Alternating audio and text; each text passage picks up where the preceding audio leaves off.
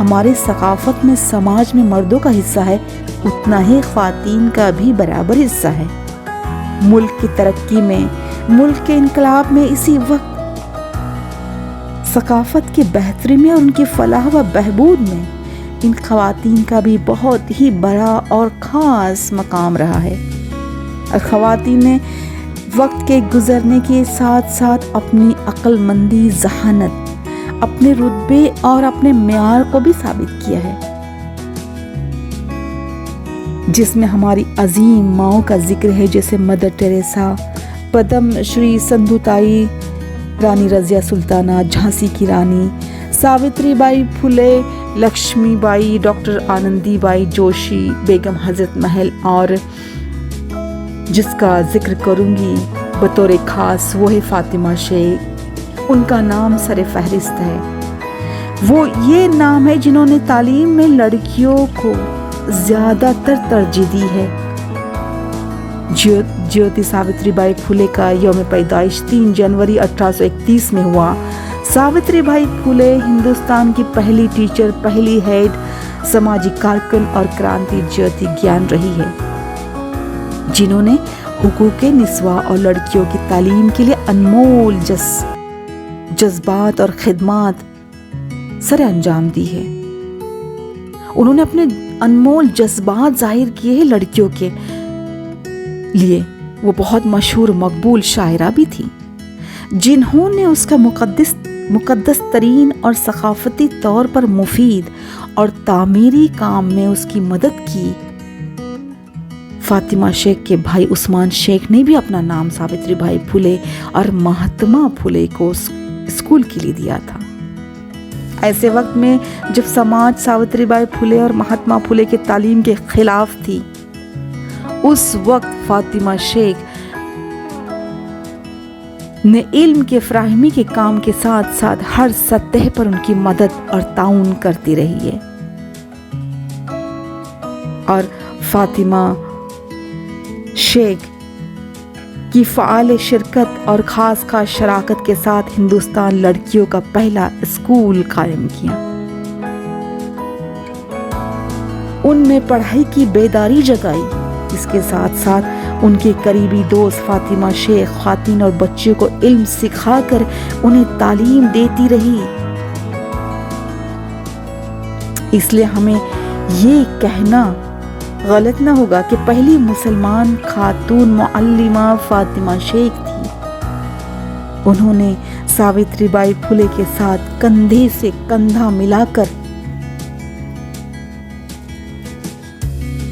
خواتین کے لیے اور ان کے تعلیم کے لیے ایک اہم کردار ادا کیا ہے۔ لیکن افسوس اور المیہ یہ ہے کہ آج ہم صرف جیوتی ساوتری بائی پھولے کو ہی زیادہ جانتے ہیں، لیکن اس کے برعکس یہ اتنا ہی ضروری ہے کہ کیا تعلیمی بیداری میں فاطمہ کا بھی اتنا ہی حق تھا یا نہیں؟ آف کورس فاطمہ کا بھی اتنا ہی حق ہے جتنا ساوتری بائی کا نام لیا جاتا ہے۔ ہم سب مل کر جس طرح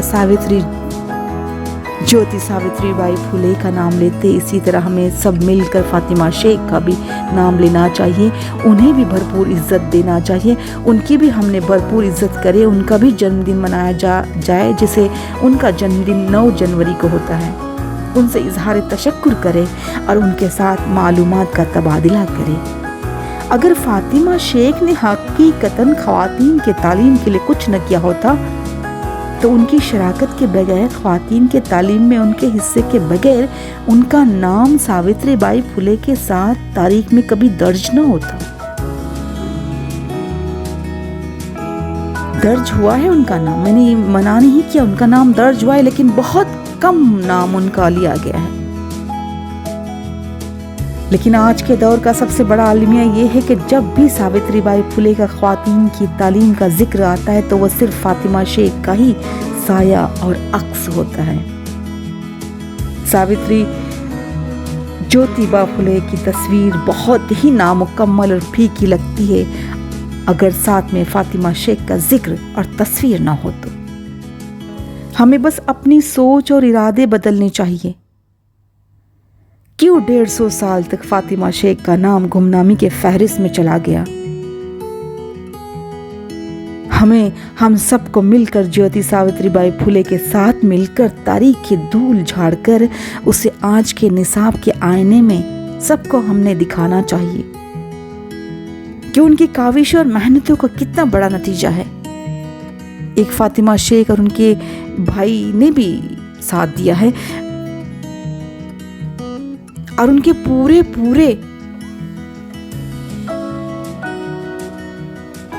مطلب انہیں پورے حقوق ملنے چاہیے۔ ان کے ساتھ ان کے اعمال اور ان کی قربانیوں کے ساتھ پوری طرح انصاف کیا جائے۔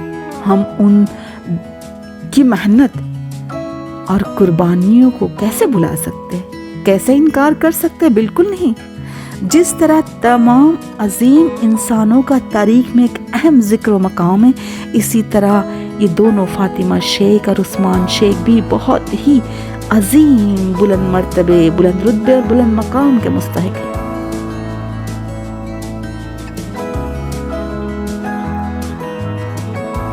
جیوتی با پھولے کے ساتھ ہمیشہ فاطمہ شیخ کا ذکر ہونا لازم ہے، ضروری ہے۔